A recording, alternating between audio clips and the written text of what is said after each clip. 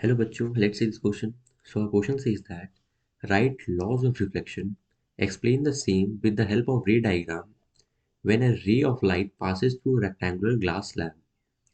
तो हमारे इस क्वेश्चन में हम लोग से पहले पूछा जा रहा है कि what is it law of reflection, refraction के लॉ क्या हैं, और हम लोग को इस लॉ को एक्सप्लेन करना है with the help of the diagram जब हमारा जो रे है वो पास कर रहा है एक रेक्टेंगुलर ग्लास स्लैब से। तो हम अपने आंसर को देखते हैं। तो हमारे इस क्वेश्चन का जो की कंसेप्ट हो जाएगा वो हो जाएगा what is the law of refractions fraction. तो हमारा जो फर्स्ट लॉ है दैट सेज द इंसिडेंट रे,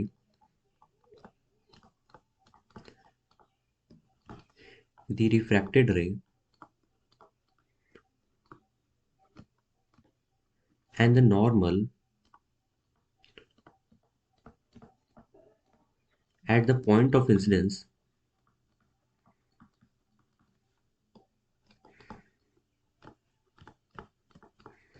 all lies in the same plane। तो इस स्टेटमेंट को हम लोग ऐसे समझ सकते हैं कि ये मान लेते हैं कि हमारा कोई सरफेस है एंड ये हमारा फर्स्ट मीडियम है और ये हमारा सेकंड मीडियम है। तो लाइट रेज जब यहाँ पर इस मीडियम पर इस पॉइंट पर पड़ रही हैं तो इस सरफेस के लिए ये जो लाइन है हमारा ये नॉर्मल हो जाएगा और ये हमारा इंसिडेंट रे हो जाएगा जिसका एंगल ऑफ इंसिडेंस आई है। और ये अपने पाथ में जाने की बजाय रिफ्रैक्ट हो जाएगा, या तो ये टूवर्ड्स द नॉर्मल मूव करेगा अगर ये डेंसर मीडियम होगा तो, या ये अवे फ्रॉम नॉर्मल मूव करेगा अगर ये रेयर मीडियम होता। तो हम देख सकते हैं, मान लेते हैं कि ये डेंसर मीडियम है एंड ये रेयर मीडियम है, तो ये टूवर्ड्स द नॉर्मल मूव करेगा और इसका ये एंगल ऑफ रिफ्लेक्शन हो जाएगा आर।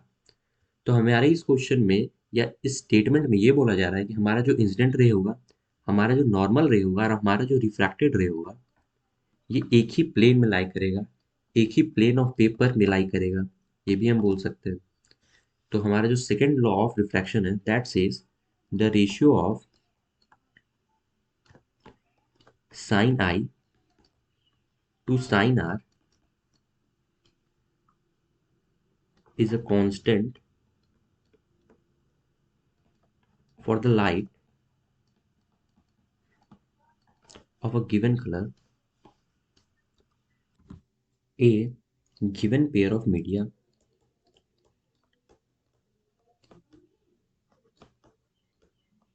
और ये जो लॉ है इस लॉ को हम लोग स्नेल्स लॉ के नाम से जानते हैं। This is called Snell's law, जिसको हम लोग ऐसे लिख सकते हैं and that is sine i upon sine r is equal to constant which is equal to n2 upon n1 और refractive index of medium two with respect to 1। तो यहाँ पर हमारा जो n है ये रिफ्रैक्टिव इंडेक्स है। यहाँ पर हम मान लेते हैं कि हमारा दो सरफेस है, ये हमारा फर्स्ट मीडियम है, ये हमारा सेकंड मीडियम है। ये हमारा इंसिडेंट रे आ रहा है जो कि यहाँ से रिफ्रैक्ट हो जा रहा है और ये इस डायरेक्शन में चल जा रहा है। ये हमारा एंगल ऑफ इंसिडेंस है जो कि आई है, ये एंगल ऑफ रिफ्रैक्शन है जो कि आर है हमारा। ये n2 है हमारा रिफ्रैक्टिव इंडेक्स ऑफ मीडियम 2 और n1 है हमारा रिफ्रैक्टिव इंडेक्स ऑफ मीडियम 1। तो स्नेल्स लॉ यही बोलता है कि हमारा जो साइन आई यानी sine of angle of incidence upon sine of angle of reflection जो होगा वो हमेशा कांस्टेंट होता है और ये इक्वल होता है हमारा रिफ्रैक्टिव इंडेक्स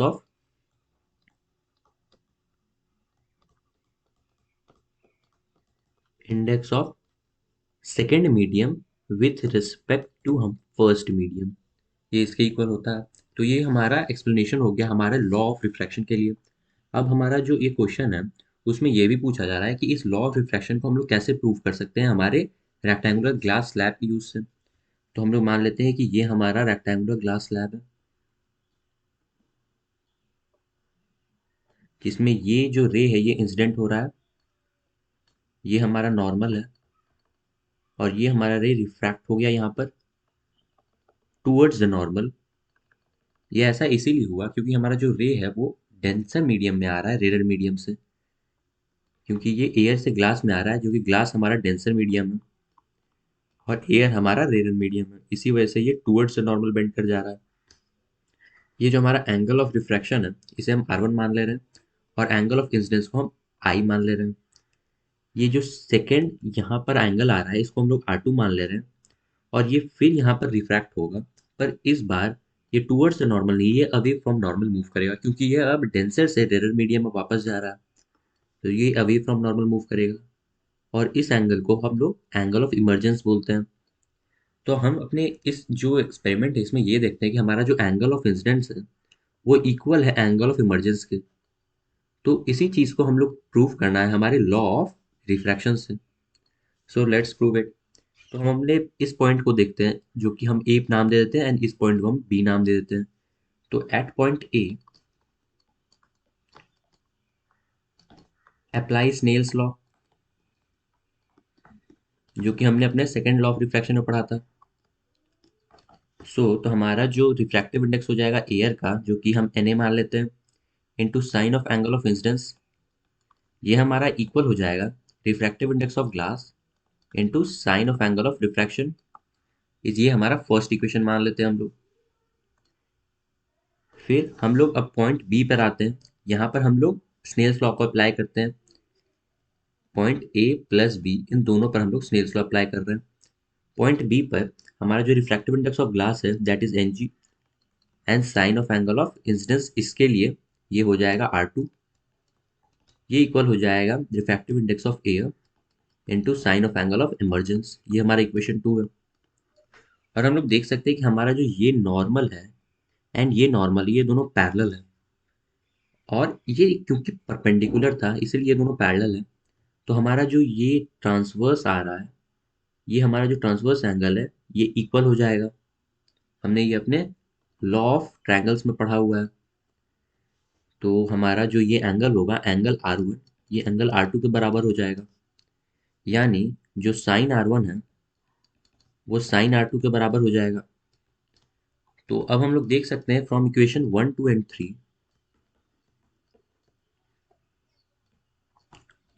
कि अगर हमारा sine r one sine r two के बराबर हो गया तो हमारा जो n a into sine i है वो इक्वल हो जाएगा n a into sine e, यानी हमारा n a into sine i जो है वो इक्वल हो जाएगा n a into sine e के। तो यहाँ से हम लोग जो हमारा एन ए है जो कि कॉमन है दोनों साइड, इसे कट कर सकते हैं।